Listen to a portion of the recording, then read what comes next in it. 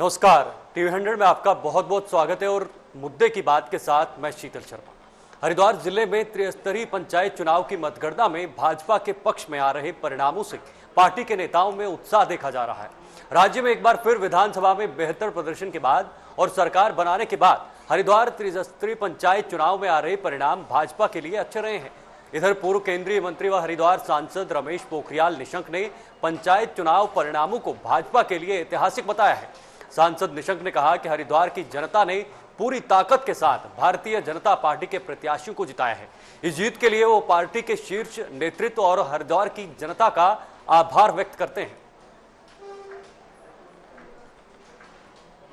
को बनाएंगे। हमारा जिला पंचायत सदस्य केवल 3 थी, आज हम पर लगातार आगे बढ़ रहे हैं। तो जिला पंचायत का बोर्ड भी बनाएंगे, हम जिला पंचायत को अध्यक्ष बनाएंगे, ब्लॉक प्रमुखों को भी अपना बनाएंगे। तो ग्राम प्रधान से लेकर के प्रधान तक जो भारतीय जनता पार्टी ने चाह है वो उसको मंशा हरिद्वार से शुरू हो गई गंगा की तट से, और संगठन ने पहली बार बहुत अच्छे तरीके से जिला संगठन, हमारे प्रदेश के संगठन ने पहली बार बहुत बेहतर तरीके से चुनाव लड़ा। और चाहे बीएसपी हो चाहे कांग्रेस हो, वो तो पहले ही बहुत सारे लोग हाथ साफ आ गए थे। अब मुझे भरोसा है कि काफी कुछ लोग इसके बाद। तो आपको बता दें, हरिद्वार में जो त्रिस्तरीय पंचायत चुनाव हैं उनके परिणाम अभी भी लगातार जारी है, लेकिन उसके बीच भाजपा जो है वो इस जीत को ऐतिहासिक जीत बता रही है। हालांकि अभी तक फाइनल संपूर्ण रूप से ये परिणाम सामने नहीं आए हैं, लेकिन देखना होगा कि जब इसके पूरे परिणाम सामने आएंगे उसके बाद क्या स्थिति हरिद्वार की बनेगी।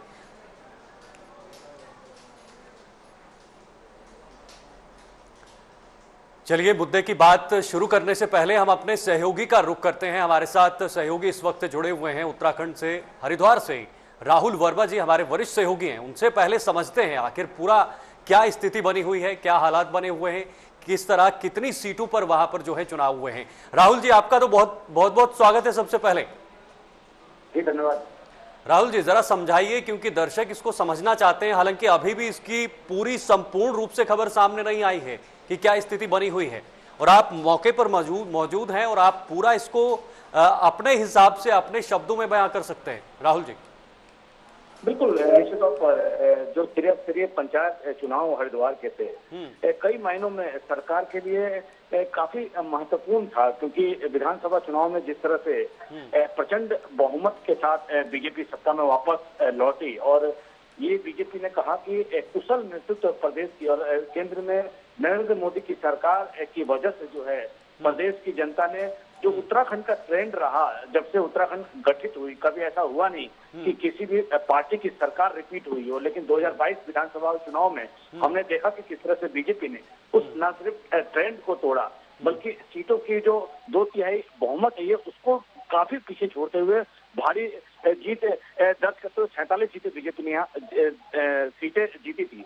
ऐसे में अब हरिद्वार में जिला पंचायत चुनाव को लेकर जो बीजेपी लगातार दावे कर रही थी कि इस बार बहुत बेहतर परिणाम बीजेपी के लिए जिला पंचायत में होने वाला है, जो नतीजे और जो रुझान है उसके मुताबिक तकरीबन बीजेपी 17 सीटों के आसपास जिला पंचायत सदस्यों की जीतती दिखाई दे रही है। ऐसे में राहुल जी, ये आधिकारिक रूप से सामने आ चुका आंकड़ा है, जरा ये भी बताइए जो आप 17 का आंकड़ा बता रहे हैं। क्योंकि ये काउंटिंग जो है 28 तारीख से के सुबह 8 बजे से शुरुआत हुई थी, और लगातार कई जगहों पे प्रमाण पत्र लोगों को, चाहे वो ग्राम प्रधान के हों, जिला पंचायत सदस्यों को भी प्रमाण पत्र अलॉट हो रहे हैं। ऐसे में इसलिए जो हम नतीजे और रुझान बता रहे हैं कि जो ये परिणाम है वही, क्योंकि मुकाबला बीएसपी जो है हमेशा प्रभाव जनपद में छोड़ती रही है, इस खास तौर पे जो त्रिस्तरीय पंचायत चुनाव होते हैं। लेकिन इस बार बीजेपी 17 सीटों के जिला पंचायत में अगर काबिज हो रही है, और ठीक है राहुल जी, ठीक है राहुल जी, आपके पास वापस लौटता हूं, आप लगातार इस पर जुड़े रहें। लेकिन उससे पहले मेरे साथ 2 मेहमान भी जुड़ चुके हैं बीजेपी से और कांग्रेस से। कांग्रेस प्रवक्ता, आपको बता दें, शीशपाल सिंह बिष्ट जी कांग्रेस से और विकास तिवारी जी भाजपा से जुड़े हुए हैं। भाजपा से जो विकास तिवारी जी हैं उनके पास पहले जाना चाहूंगा। खिले हुए चेहरे और काफी खुशी दिख रही है। विकास जी, आपके लिए बड़ी खबर। जी धन्यवाद जी। इस हरिद्वार जिले में संपन्न जो हमारे पंचायत है उन पंचायत चुनाव में सबसे भारतीय जनता पार्टी का निश्चित रूप से एक ऐतिहासिक प्रदर्शन हमारा रहा है और मुझे लगता है कि हरिद्वार क्षेत्र की जनता ने मुहर लगाई है माननीय मुख्यमंत्री पुष्कर सिंह धामी जी के विकास कार्यों पर। हरिद्वार क्षेत्र की जनता ने मुहर लगाई है हमारे देश के यशस्वी प्रधानमंत्री माननीय नरेंद्र मोदी जी की नीतियों पर। और कहीं ना कहीं जो अन्य विपक्षी दल थे, मुझे लगता है कि उनके पास ना तो कोई नीति थी, ना कोई नेता था, ना कोई योजना थी। और यही कारण है कि मुझे लगता है, मैं तो कहूँ राज्य बनने के बाद में जब से हरिद्वार में ये जिला पंचायत चुनाव 1993 से प्रारंभ हुए हैं, उत्तर प्रदेश के समझे भारतीय जनता पार्टी का सबसे शानदार, उत्कृष्ट और सबसे अच्छा प्रदर्शन है। तो निश्चित रूप से इसका श्रेय मैं हरिद्वार की जनता को देता हूँ, देश की जनता को देता हूँ, जिन्होंने हमारे प्रत्याशियों पर विश्वास जताया है। और मैं अपने उन नेताओं को भी श्रेय देता हूं जिनके नेतृत्व में माननीय प्रदेश अध्यक्ष महेंद्र भट्ट जी लगातार पिछले एक महीने से हरिद्वार में हम सबका मार्गदर्शन कर रहे थे, हमारा नेतृत्व कर रहे थे। हमारे प्रदेश के मुख्यमंत्री जी की नीतियां, हमारे जिला अध्यक्ष जी, सभी कार्यकर्ता, मैं कह रहा हूँ सैकड़ों कार्यकर्ताओं की मेहनत का परिणाम है। जी ठीक है। दूसरी ओर आपके विरोध में शिषपाल सिंह बिष्ट जी भी मौजूद हैं। हालांकि कांग्रेस की हालत ऊपर से नीचे तक देखी जाए तो खस्ता है। क्या शिषपाल सिंह जी, लगता है आपको यहाँ भी वही हालत कांग्रेस की बनी हुई है? देखिए, हरिद्वार के जो जिला पंचायत के चुनाव परिणाम आ जाए हैं वो निश्चित तौर पर अप्रत्याशित है, क्योंकि कांग्रेस पार्टी लगातार यह आशंका वहां पर व्यक्त कर रही थी जब वहां पर भारतीय जनता पार्टी लगभग 2 साल से चुनाव टाल रही थी, लोगों को कोर्ट का रुख करना पड़ा और हाई कोर्ट और सुप्रीम कोर्ट तक जाना पड़ा। उसके बाद वहां पर चुनाव हुए और हम शुरू से कह रहे थे कि यहाँ पर जो प्रशासन जो है षड्यंत्र रच रहा है, क्योंकि वहां पर परिसीमन में तमाम आपत्तियां थी, उस समय आरक्षण में तमाम आपत्तियां थी और इन्हीं आपत्तियों का बिल्कुल निर्धारण नहीं किया गया। कांग्रेस पार्टी ने राज्य के चुनाव आयुक्त का दरवाजा खटखटाया, प्रदेश के मुख्यमंत्री का दरवाजा खटखटाया और उसके बाद भी आशंकाएं आज तक साबित हुई है कि जिस प्रकार से प्रशासन के बल पर, धन के बल पर और शराब के बल पर ये चुनाव जीता गया है। सारों लोगों को कांग्रेस की हालत सिर्फ हरिद्वार में खस्ता नहीं है, बाकी जगहों की बात की जाए वहां भी यही हाल है। कांग्रेस की कई हालत खराब नहीं है हरिद्वार में और हमारे जिला पंचायत सदस्य वहां जीते हैं। बेहतर चुनाव हमारे प्रत्याशियों ने वहां। जवाब लेता हूँ शिषपाल जी। जी ठीक है, जवाब लेता हूँ। विकास जी जवाब दीजिए। देखिए क्या है कि जब लोकतंत्र में जनता जनार्दन मालिक होती है, चुनाव निष्पक्षता से हुए हैं, चुनाव मतगणना में इनके भी एजेंट थे, हमारे भी एजेंट थे।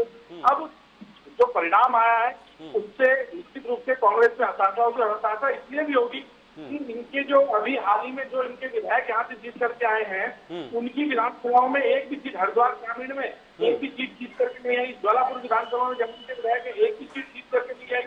तो मेरा कहना इसलिए कि कांग्रेस जीती नहीं, लेकिन अब कांग्रेस आंकड़े से बहुत दूर है। तो ये कह देना कि साहब धांधलेबाजी की गई है, ये कह देना कि साहब मतगणना में गड़बड़ की गई, ऐसा नहीं है।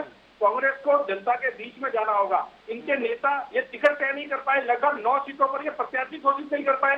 ये क्या बात करते, 44 सीटों में से 9 सीटें ऐसी थी जो कांग्रेस ने ओपन छोड़ी हुई थी। इनके घर की लड़ाई में, इनके परिवार की लड़ाई में आप बोर्ड बना रहे हैं। विकास जी, आपका मानना है कि आप बोर्ड बना रहे हैं? जी निश्चित रूप से एक बड़ा बोर्ड, ऐतिहासिक बोर्ड हमारा बनने जा रहा है। और कहीं न कहीं मैंने कहा कि बहुमत के साथ जहां हम जिला पंचायत का बोर्ड बनाने जा रहे हैं, कहीं हम 6 ब्लॉक है, क्षेत्र के ब्लॉक प्रमुख भी हमारे बनने जा रहे हैं। ठीक है, मैं वापस लौटता हूं। हमारे वरिष्ठ सहयोगी राहुल वर्मा जी हमारे साथ हैं। राहुल जी, मैं जानना चाहूंगा, पिछली बार की तुलना करें और इस बार का देखें तो कितना अंतर आपको लगता है, कितना अंतर दिखाई देता है, चाहे वो बीजेपी हो या कांग्रेस हो, क्योंकि बीजेपी तो अब इसको ऐतिहासिक जीत मान रही है। राहुल जी। बीजेपी के लिहाज से एक बड़ी जीत है, क्योंकि जब भी पंचायत चुनाव हरिद्वार में हुए तो बीजेपी 2 ऐसे आंकड़े तक निश्चित तौर पर ये जीत से बीजेपी न सिर्फ उत्साहित है, बल्कि क्योंकि ये चुनाव कई मायनों में काफी महत्वपूर्ण था बीजेपी के लिए। और दूसरी ओर अगर हम बात करें संगठन के लिहाज से, अगर हम बात करें तो निश्चित तौर पर जो आरोप और प्रत्यारोप एक राजनीति का हिस्सा हो सकता है, लेकिन बीजेपी ने जब जिला पंचायत सदस्यों के नाम डिक्लेयर किए तो कई जगहों पर जो है पार्टी से नाराज लोग खड़े हुए, लेकिन बीजेपी ने संगठन स्तर पर लगातार एक टीम बनाकर कोशिश की और उसमें उनको कामयाबी भी मिली और तकरीबन 80 से 90% लोगों को मनाने में कामयाब हुए। चुनाव में राहुल जी, निर्दलीय, बिल्कुल के साथ राहुल जी, निर्दलीय उम्मीदवार भी काफी सारे सामने आए हैं, क्या उनका क्या अहम रोल रहने वाला है आने वाले दिनों में?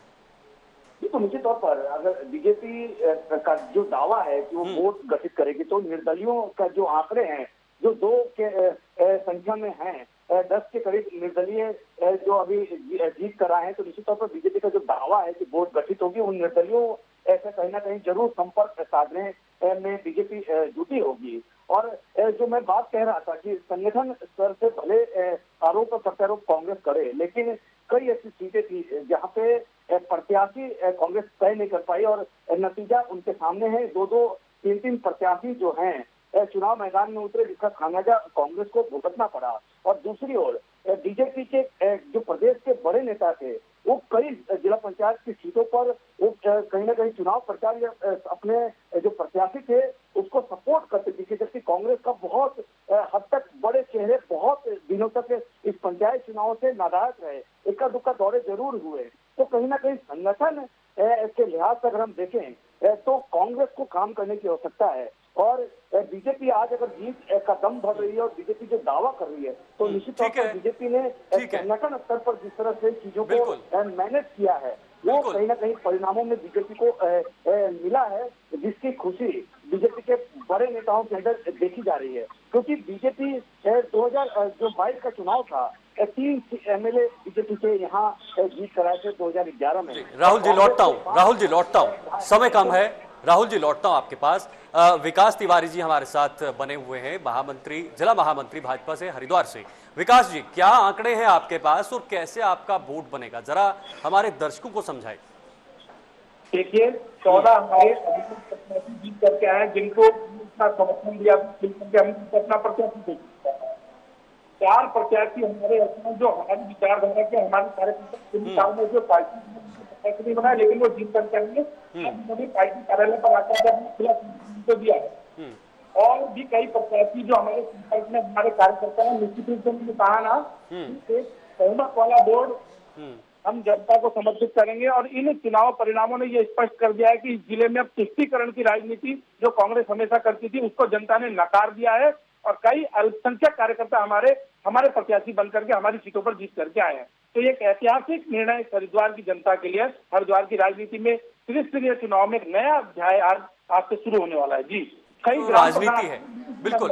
विकास जी, शीशपाल जी, तुष्टीकरण की राजनीति को नकार दिया है, जनता ने नकार दिया है, ये विकास जी का कहना है, कैसे जवाब देंगे आप? क्योंकि केंद्र से तो आप साफ हो गए हैं, केंद्र से आप साफ हो गए हैं। अरे लेकिन हरिद्वार का चुनाव आप केंद्र तक मत जाइए, देखिए हरिद्वार तक सीमित रहिए। देखिए ऐसा है कि ये जो चुनाव है, मैंने कहा ये प्रशासनिक मशीनरी का दुरुपयोग कर करके धन बल का और शराब के बल पर ही चुनाव जीते हैं। और ये पहले भी तोड़ फोड़ के बल पर हरिद्वार में चुनाव मैदान में उतरे, वहां संगठन वखंडन कुछ है नहीं भारतीय जनता पार्टी का। और अभी इन्होंने तोड़ फोड़ और खरीद फरोख्त सिर्फ चुनाव जीतने के बाद शुरू कर दी है। तो ये सत्ता का अहंकार है, हम जो पहले से आशंकाएं व्यक्त कर रहे थे और अब ये कह रहे निर्दलीय लोग जीते हैं, तो उसमें कांग्रेस की विचारधारा के ज्यादा लोग निर्दलीय जीते हैं। तमाम इस प्रकार की चीजें, और अभी ये दावे कर रहे हैं कि बोर्ड ये बनाएंगे। अभी इनको कौन सा बहुमत वहां पर मिला हुआ है? अभी तो बोर्ड इनका कांग्रेस तो खिसक गई, कांग्रेस तो खिसक गई। शीशपाल जी, गैर भाजपा बोर्ड वहां पर बनेगा। अभी भी आप इसलिए निर्दलीय बसपा और कांग्रेस के लोग मिलकर के वहां पर बोर्ड बनाएंगे। अभी आप इंतजार कीजिए, भारतीय जनता पार्टी के लोग सत्ता की हनक के कारण, सत्ता के दम पर इस प्रकार के और धन बल के बल पर इस प्रकार की बातें कर रहे हैं। लेकिन ये लोकतंत्र में है, अभी चुने हुए प्रत्याशियों के साथ, सभी के साथ ये भी बैठेंगे, हम भी बैठेंगे, उसके बाद देखते हैं क्या तस्वीर बदलती है। अभी इंतजार करना चाहिए। ठीक है, आता हूँ विकास जी, सत्ता के बल पे आप कर रहे हैं, ये प्रशासनिक दबाव में चुनाव आपने जीते हैं, कांग्रेस प्रवक्ता कह रहे हैं। दिल्ली खंबा नोचे जैसी कहावत चरितार्थ हो रही है। ये किसी भी सीटों पर इनके बड़े नेता कहीं चुनाव प्रचार करते नहीं दिखे। कहीं बैठक करते नहीं दिखे। हमारे दो पूर्व मुख्यमंत्री डॉक्टर निशंक जी, त्रिवेंद्र सिंह रावत जी समेत हमारे सभी बड़े नेता, नीचे बूथ स्तर तक का मैनेजमेंट हमारा है, संगठन प्रमुख तक का स्ट्रक्चर हमारा है। और वहीं कांग्रेस जो क्षेत्रवाद की राजनीति करती है, जो विद्वेष की राजनीति करती है और एक जाति विशेष की राजनीति के आधार पर इन्होंने इस देश की, प्रदेश की जनता को भ्रमित करने का कार्य किया है, वो इन चुनाव में दिखा है। और मैंने कहा कि अगर चुनाव में गड़बड़ी होती तो जो 8 सीटें इनकी जीत करके आए हैं, 7 या 8 जो भी कांग्रेस जीत करके आई है, वो क्यों जीत करके आती? तो निश्चित रूप से ये मेरे मित्र की बौखलाहट है। इन्हें जनता के बीच जाना चाहिए और जो काम पिछले इन 8 सालों में मोदी जी ने किए हैं, 5 सालों में भाजपा सरकार ने किए हैं, जनता ने उन कामों पर, उन सुशासन पर, उन भ्रष्टाचार मुक्त नीतियों पर मोहर लगाई है। और निश्चित रूप से मैंने कहा कि एक नया अध्याय हरिद्वार। ठीक है विकास जी, राहुल जी भी हमारे साथ बने हुए हैं, हमारे वरिष्ठ सहयोगी हैं। राहुल जी, आपने दोनों की बातें सुनी, बीजेपी हो या कांग्रेस हो, क्या तस्वीर आपके सामने बन रही है, क्या तस्वीर आपको दिखाई दे रही है? राहुल जी,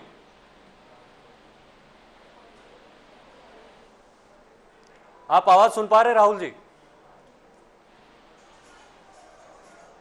लगता है राहुल जी से हमारा संपर्क नहीं हो पाया है, अभी संपर्क टूट चुका है, लेकिन हम कोशिश करेंगे। हमारे वरिष्ठ सहयोगी जो हमारे साथ जुड़े हुए हैं वो लगातार पूरी डिबेट तक जो है हमारे साथ जुड़े रहे हैं, लेकिन उसके बीच कांग्रेस के प्रवक्ता भी अपना हाथ खड़े किए हुए हैं। जी शिषपाल जी बताइए।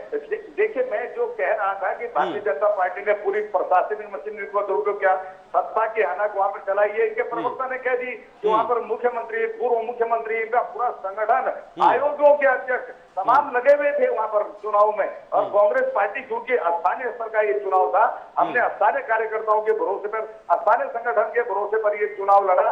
और क्योंकि हमें पहले से आशंकाएं थी, इसलिए हम चुनाव आयोग तक गए, हम मुख्यमंत्री तक शिकायतें करने के, और जो ये करना चाहते थे मनमानी, उसके बाद भी इनको वहां पर बहुमत नहीं मिला। और ये बहुमत के आंकड़े से बहुत पीछे हैं। सर, आप चुनाव जीतते हैं, आप चुनाव जीतते हैं तो आप क्रेडिट लेते हैं, आप हारते हैं तो आप मनमानी कहते हैं। नहीं, देखिए, ये कौन सा तर्क है? नहीं, तर्क इसलिए हम पहले से आशंका व्यक्त कर रहे थे। आप देखिए, हम चुनाव आयोग के पास पहले कंप्लेन लेकर गए, मुख्यमंत्री के पास हम कंप्लेन लेकर गए। ठीक है, जो है लोकतांत्रिक तरीके से, पंचायत ठीक है, राज एक्ट के तरीके से। ठीक है, मैं राहुल जी के पास जाना चाहूंगा। ठीक है, सीटों का परिसीमन नहीं हुआ, ठीक है, चीजें हैं सर वहां पर। राहुल जी आप हमारे साथ वापस जुड़ चुके हैं। राहुल जी, दोनों की बातें आपने सुनी, क्या कुछ तस्वीर बन रही है? और परिसीमन की बात बार बार कांग्रेस के प्रवक्ता उठा रहे हैं, राहुल जी, और आखिर में आप अपना प्रश्न भी कर सकते हैं किसी दोनों प्रवक्ताओं में से। राहुल जी, निश्चित तौर पर चुनाव से पहले परिसीमन और आरक्षण को लेकर विपक्ष हमलावर जरूर रहा, बसपा कांग्रेस ने आरोप सरकार पर लगाए, लेकिन परिणाम जो है, क्योंकि चुनाव के परिणाम जो है, भले ही बीजेपी के पक्ष में मैंडेट ना हो, लेकिन जिस तरह से बीजेपी जिला पंचायत सदस्यों की संख्या बढ़ी है, निश्चित तौर पर बीजेपी को लगता है कि संगठन स्तर पर जो उन्होंने काम किया और उनके बड़े नेताओं ने जिस तरह से इस पूरे चुनाव को न सिर्फ गंभीरता से लिया, बल्कि उनके प्रत्याशी, जो बीजेपी के प्रत्याशी हैं, उनके समर्थन में वो सभाएं करते भी देखे गए।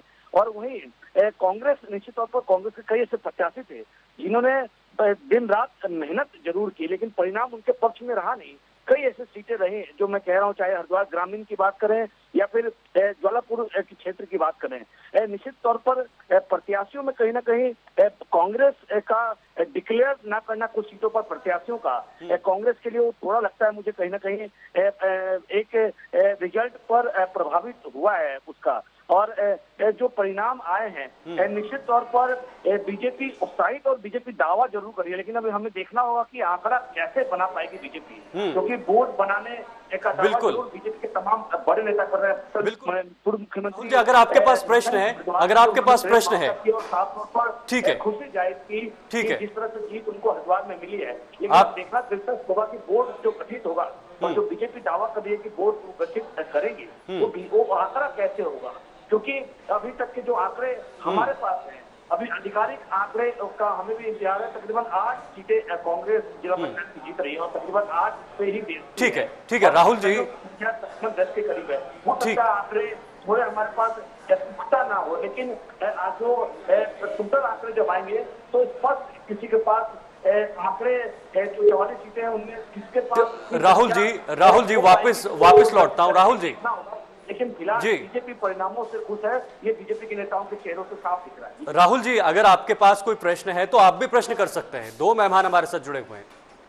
बिल्कुल, निश्चित तौर पर मैं कांग्रेस के प्रवक्ता से एक सवाल जरूर पूछूंगा कि सर, जिला पंचायत चुनाव को में जो प्रत्याशी चयन को लेकर सवाल उठे हैं सर, कई ऐसी सीटें रही जहां पे आप ओपन आपने छोड़ दिया चुनाव, आखिर संगठन स्तर पर क्यों नहीं नाम तय हो पाया सर? आप दीजिए शीशपाल जी। कई जगह पर जो है मान लिया 3-4 नाम आए थे और जहां पर सहमति बनी वहां पर पार्टी की ओर से 32 सीटों पर प्रत्याशी घोषित किए गए थे।